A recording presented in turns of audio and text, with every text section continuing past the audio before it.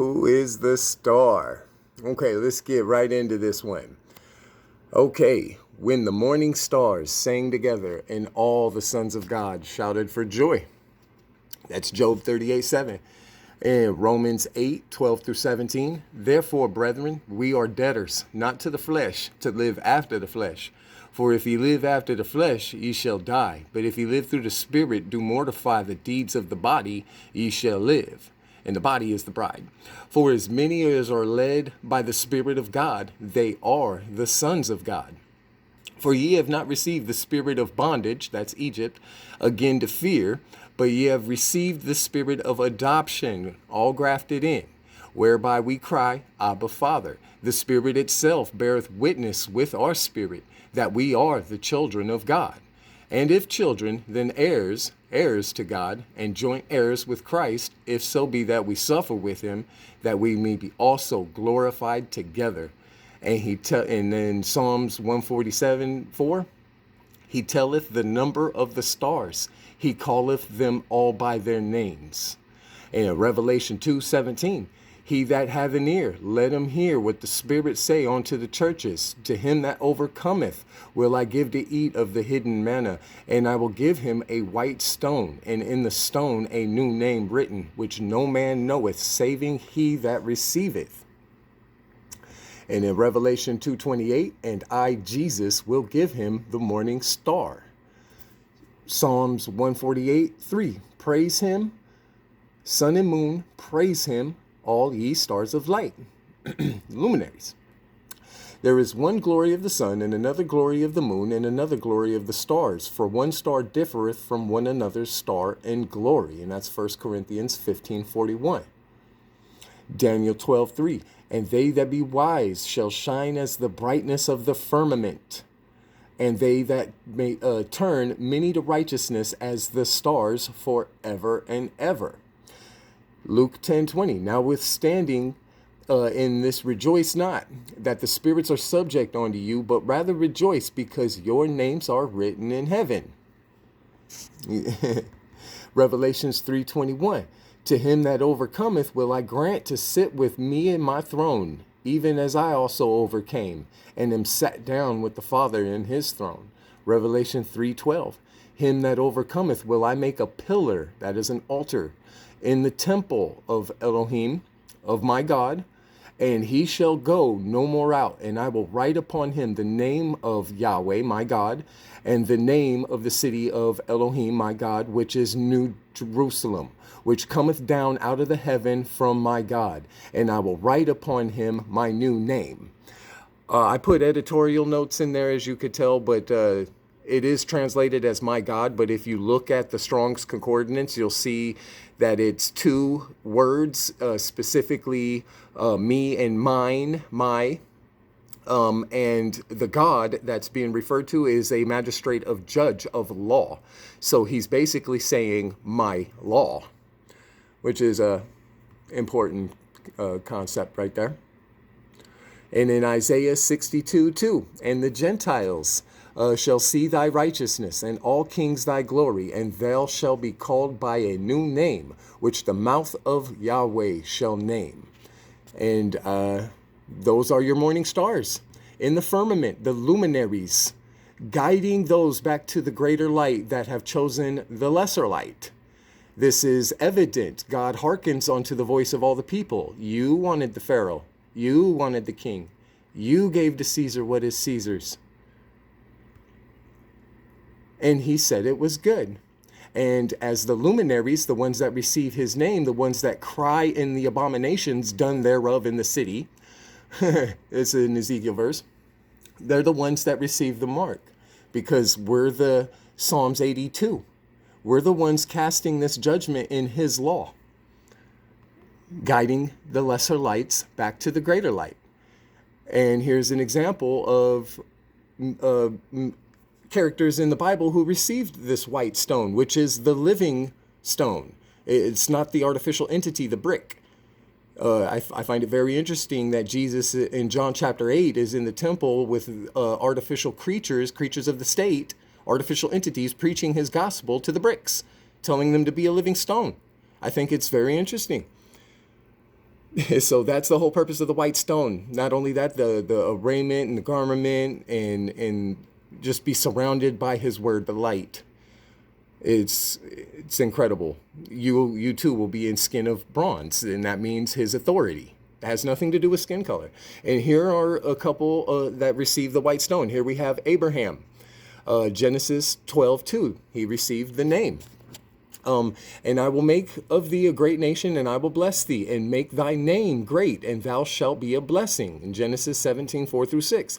As for me, behold, my covenant is with thee, and thou shalt be a father of many nations. Neither shall thy name any more be called Abram, but thy name shall be Abraham. As for the father of many nations have I made thee. And I will make thee exceedingly fruitful, and I will make nations of these, and kings shall come out of thee. He did the same for Sarah in Genesis 17:15-16. And God said unto Abraham, as for Sarai thy wife, thou shalt call her name Sarai, but Sarah shall her name be. And I will bless her, and give thee a son also of her. Yea, I bless her, and she shall be a mother of nations. King of people shall be of her. You almost got an Adam and Eve situation here, but for the nation of Israel, which are all grafted in. Those that accept the light of Christ, his blood, the living water, not the flood. There's a difference on that one as well. There's a different video. Here is Jacob. This one's really cool because this one, he straight up asks, please, Lord, tell me thy name. And he basically says, you just got it, because he has a name that no one knows, and it's on his hip, it's on his forehead, it's on the vesture of your righteous chest plate, etc., etc. Anyway, here's Jacob. He too started out as a Gentile. And in Genesis 32:27-28, and he said unto him, what is thy name? And he said, Jacob. And he said, thy name shall be called no more Jacob, but Israel. For as a prince has the power with God and with men, and has prevailed. He just received the morning star. In Simon, Cephas, a stone, John 1:42, and he brought him to Jesus. And when Jesus beheld him, he said, thou art Simon, the son of Jonah. Thou shalt be called Cephas, which by interpretation, a stone. And Saul, he changed his name to Paul. Acts 9, verses 3-9 for reference. But here in verse 15, but the Lord said unto him, go thy way, for he is a chosen vessel. This is your creatures. These are your creations unto me. And bear my name before the Gentiles and kings and the children of Israel. So he was Paul. In Revelation 14:1, and I looked, and lo, a lamb stood on the Mount Sion, and with him 144,000, having his father's names written in their forehead. Refer to the helmet of salvation section in my video, Armor at Peniel, the helmet in the thigh. There's a lot more going on with that. Here in Genesis 32, verse 29, and Jacob asked him and said, tell me, I pray thee, thy name. And he said, wherefore it is that thou dost ask that for my name? And he blessed him there. That's because Yahweh is the self-existing eternal name. And this is my name forever, and this is my memorial unto all generations. And the only name is Jesus Christ, salvation, the Messiah, the anointed one. And in Hebrews 13:8, Jesus Christ is the same yesterday and today and forever. John 5:43, and I come in my Father's name, and ye receive me not. If another shall come in his own name, him ye will receive. They come to make a name for themselves and to turn the bride into a whore. I got a video coming on that about Cain's wife. Y'all, people need to stop looking at a woman. His wife is the whore that sits upon the waters, and his children are the citizens in that flood. Anyway, Luke 10:17, and the 70 returned again with joy, saying, Yehoshua, even the devils, the deceivers, are subject unto us through thy name. Exodus 27, and thou shalt not take the name of Yehoshua thy Elohim in vain, for Yahweh will not hold him guiltless that taketh his name in vain. That's you coming in your own name. You are to be a vessel. Isaiah 55:11. So shall my word be that goeth forth out of the mouth. It shall not return unto me void, but it shall accomplish that which I please, and it shall prosper in the thing where I sent it. Matthew 23:39. For I say unto you, you shall not see me thenceforth till ye shall say, blessed is he that cometh in the name of Yehoshua. Luke 19:38, saying, "Blessed be the King that cometh in the name of Yehoshua, peace in heaven and glory in the highest." John 12:12 through 13. On the next day, much people that were come to the feast, when they heard that Yahshua was coming to Jerusalem, took branches of palm trees and went forth to meet him and cried, "Hosanna, blessed is the King of Israel that cometh in the name of Yehoshua." Which is funny because in John chapter 8, once again, they asked him, "Who thou makest thee thyself?" And he addressed that as well already when the Pharisees were asking him to go shut the children up. And he was like, "Haven't you read anything?" Romans 10:13. For whoever shall call upon the name of Yehoshua shall be saved. That's the everlasting, self-existing, eternal name. Right there. That's all Yahweh means. Neither is there salvation, Yahshua, in any other form. For there is no other name under the heaven given among men whereby we must be saved. Yahweh himself clothes himself in Yahshua. It's right there in your scriptures. Psalms 118:26. Blessed be that cometh in the name of Yahweh. We have blessed you. That's the self-existing eternal name. We have blessed you out of the house of Yehoshua. Matthew 21:9. And the multitudes that went before and that followed, crying, saying, Hosanna, the son of David. Blessed he that cometh in the name of Yahshua. Hosanna in the highest. Hosanna means, oh, save me now. Please save me. This was exactly what Peter did when he asked him to come out on the waters when Jesus was walking on the seas in the face of God with his face in the waters. Talk about, oh, save me. There's no other name that could be done. You're going to fall in. Anyway, Matthew 14:29-30. And when Peter, it was right here, I was just talking about. In Matthew 14:29-30, when Peter came out down out of the ship, he walked on the water to go to Jesus. But when he saw the winds were boisterous, Ephesians 2:2, he was afraid and beginning to sink, he cried, saying, Hosanna. Jeremiah 30:22. And ye shall be my people, and I shall be Emmanuel. Genesis 1:6-7. And God said, let there be a firmament in the midst of the waters, and let it divide the waters from the waters. And God made the firmament and divided the waters, the flood, which were under the firmament, the morning stars, from the waters, the living water, which were above the firmament, heaven. And it was so. You are Psalms 82 when you are in his name. You are appointed morning star. Let's get into some fallen stars right quick. Luke 8:31, and they besought him that he would not command them to go out into the deep. That's exactly what we're supposed to do as luminaries. Guide them back to the greater light, for they are subject under bondage to the lesser light. This is exactly what we're supposed to do. Jude 1:13. Raging waves of the sea, that's that flood, foaming out of their own shame. That's your name. Wandering stars, to whom is reserved the blackness and darkness forever. That's that shapeless void. Genesis 4:12, 14-16. You are a wandering wanderer in the land of wandering. That is what a vagabond in the land of Nod is. That's the wandering star. You're just lost. Jude 1:6. And the angels which kept not their first estate.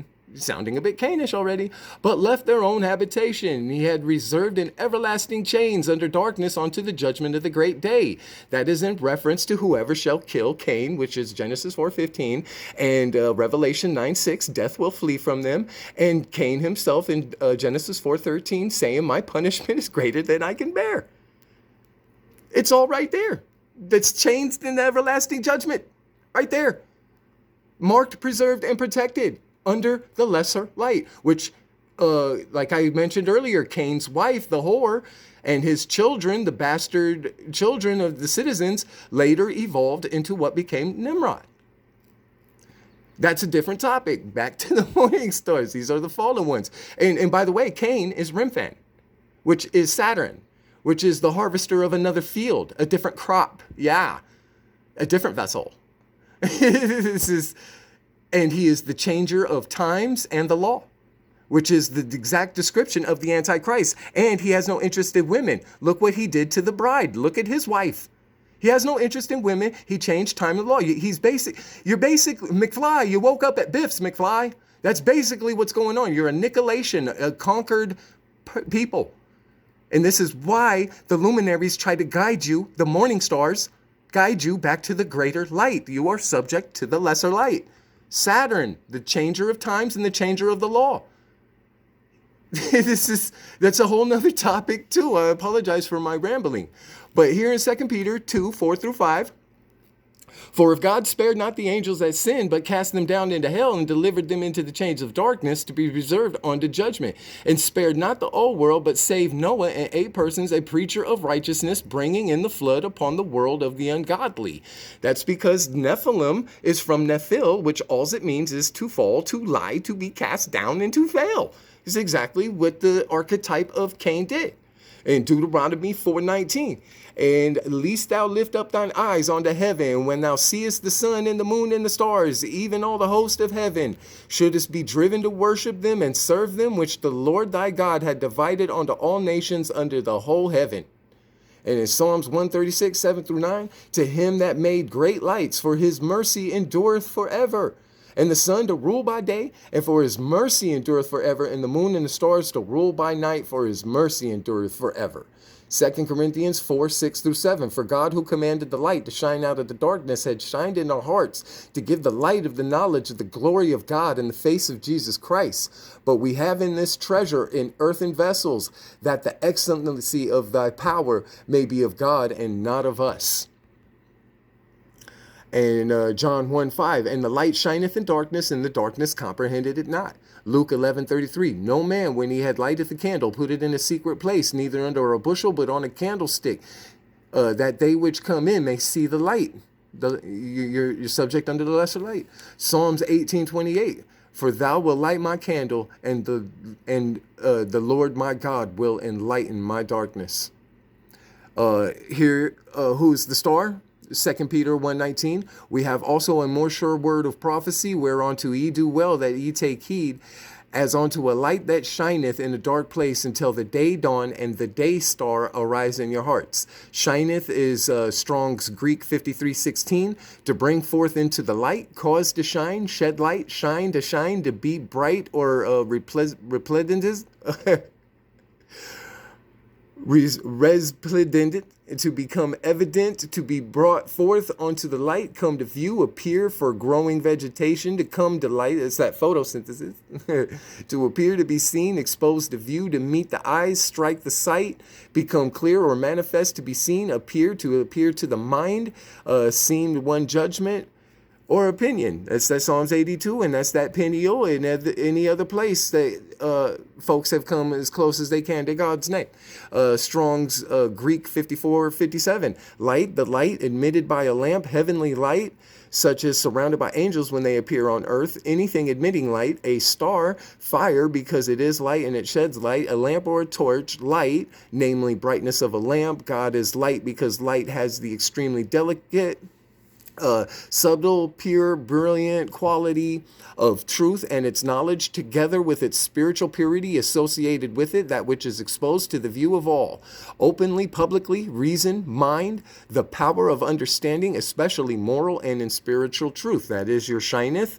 And day star is your Strong's Greek 54:59, light bringing. The light bringer, giving light, the planet Venus, the morning star, day star, metaphorically, Jesus Christ. And phosphorus would be Greek, Hallel would be Hebrew, and in Latin it would be Lucifer. We have also a more sure word unto prophecy, whereunto ye do well that ye take heed, as unto a light that shineth in a dark place until the day dawn and a Lucifer rise in your hearts. And it's also associated with Greek. We referenced that above, the 54:57, and it's also with Greek's 53:42. To carry some burden, to bear with oneself, to move by bearing, move, or to be conveyed or borne with the suggestion of force or speed of persons born in a ship over the sea. That's God's face on the waters, Jesus walking on the waters. That's your ark, your tabernacle, of a gust of wind, to rush of the mind, to be moved inwardly, prompted to bear up, namely uphold, keep from falling, that's that nephil, of Christ, the preserver of the universe, to bear, namely to endure of a rigor of a thing, to bear patiently one's conduct, or spare one, abstain from punishment or destroying, that's that law, to bring forth, bring forward, which is also his second coming. Bring forward, to move, to apply, to bring in by announcing, to announce, to bear, namely to bring forth, produce, to bring forward in a speech, to lead, conduct, which is the word, the commandments, which is a whole nother topic itself. Jesus Christ is literally the spoken word of the commandments. You can sum them up in his name, which is Yahweh, the self-existing eternal name, Yahshua HaMashiach, the star. Let me get back into the stars in the firmament. Here we have Revelation 3:5. He that overcometh shall be clothed in white raiment, and I will not blot out his name out of the book of life, but I will confess his name before my Father and before his angels. Those are the morning stars. You just received his name, the self-existing eternal name, salvation. Here in Philippians 4-3, and I entreat thee also, true yoke followers, help those women which labored with me in the gospel, with Clement also, and with other many fellow laborers whose names are in the book of life, the firmament. Malachi 3:16, and they that feared the Lord spake often to one another, and the Lord hearkened and heard it, and a book of remembrance, the firmament, was written before him in them that feared the Lord, and that thought upon his name. Revelations 20:15, and whoever was not found written in the firmament was cast into the lake, the flood, where the fallen ones go, the lesser lights. Revelation 21:27, and there shall be no wiser enter into it anything that defileth, neither whatsoever worketh abomination or maketh a lie. But that's your wicked imagination, not knowing if God said that or not. Suddenly your wicked imagination comes in. But they that are written in the Lamb's book of life with the morning stars. Exodus 32:31-33, and Moses returned unto the Lord and said, oh, his people have sinned a great sin, and have made them gods of gold. Yet now, if it will forgiven their sin, and if not, blot me, I pray thee, out of the book which thou hast written. And the Lord said unto Moses, whoever had sinneth against me, him I blot out of my book. That's a wandering star right there. Psalms 69:27-28. Add iniquity unto their iniquity, and let them not come into thy righteousness. Let them be blotted out of the book of the living, and not be written with the righteous. Revelations 13:8. And all that dwell upon the earth shall worship him, whose names are not written in the book of life of the Lamb slain from the foundation of the flood.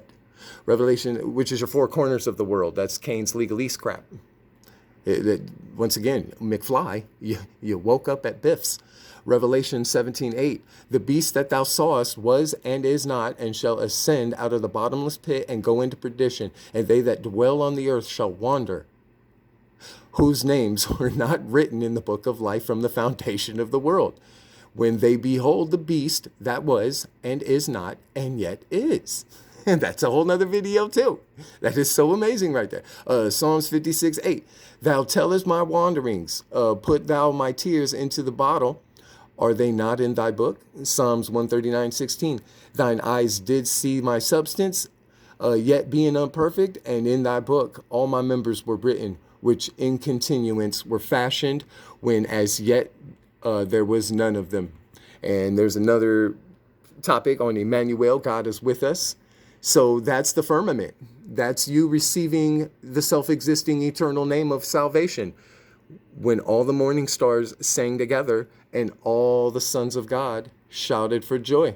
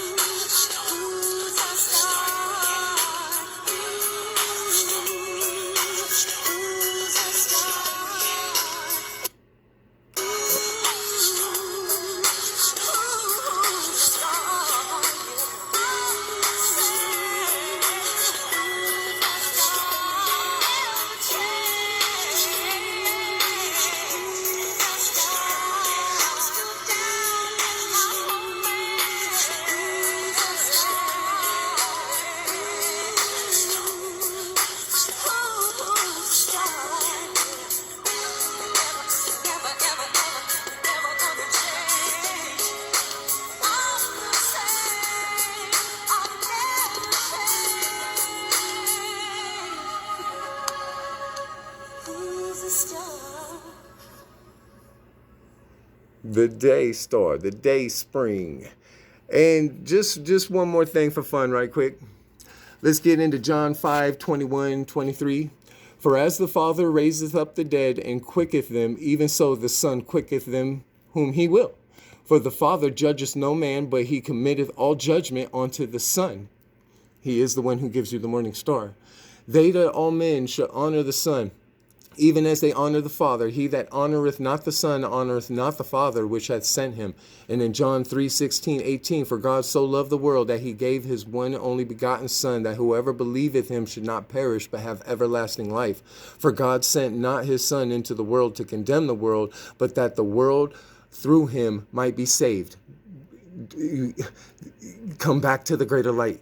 He that believeth on him is not condemned, but he that believeth not is condemned already, because he hath not believed in the name of the only begotten Son of God, the everlasting self-existing name.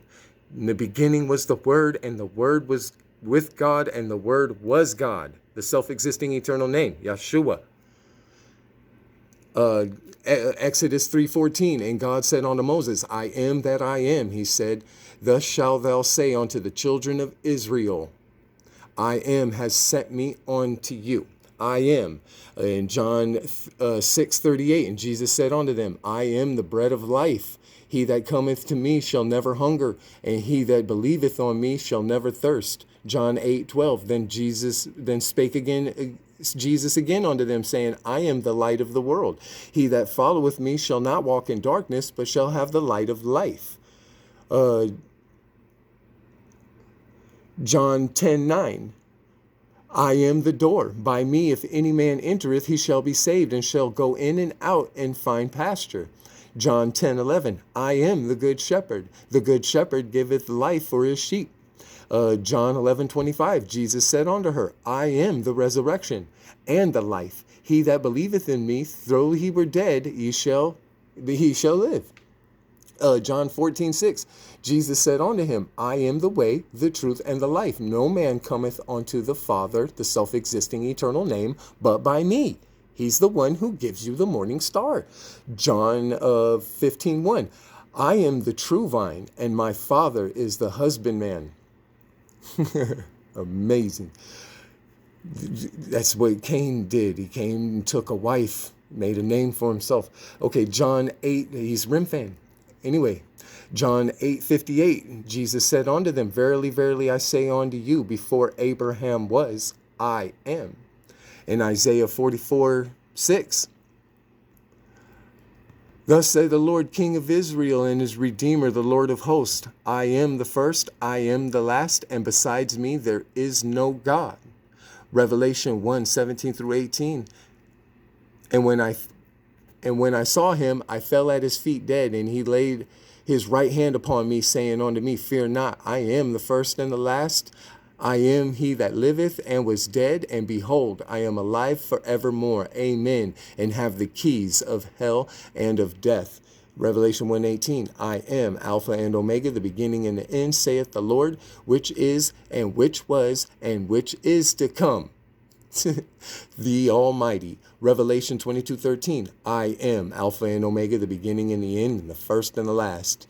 In John 10:27-30, my sheep hear my voice, and I know them, and they follow me, and I give unto them eternal life, and they that never perish neither shall any man pluck them out of my hand. My Father, which gave them me, is greater than all. We'll get into that in just a second. And no man is able to pluck them out of my Father's hands. I and my Father are one. Where to go? And which my Father, which gave them to me. That is your Deuteronomy 32:8-9. There is no separation in that verse whatsoever. The Most High is the self-existing eternal name, and the sons of Israel did not exist, because we're talking about the morning stars, the sons of God. So that's a nail in that coffin. It doesn't even exist. So anyway, those are the morning stars. Those are your luminaries. That's your Psalms 82 in his ways. This has been a rather long one. I might have to chop this.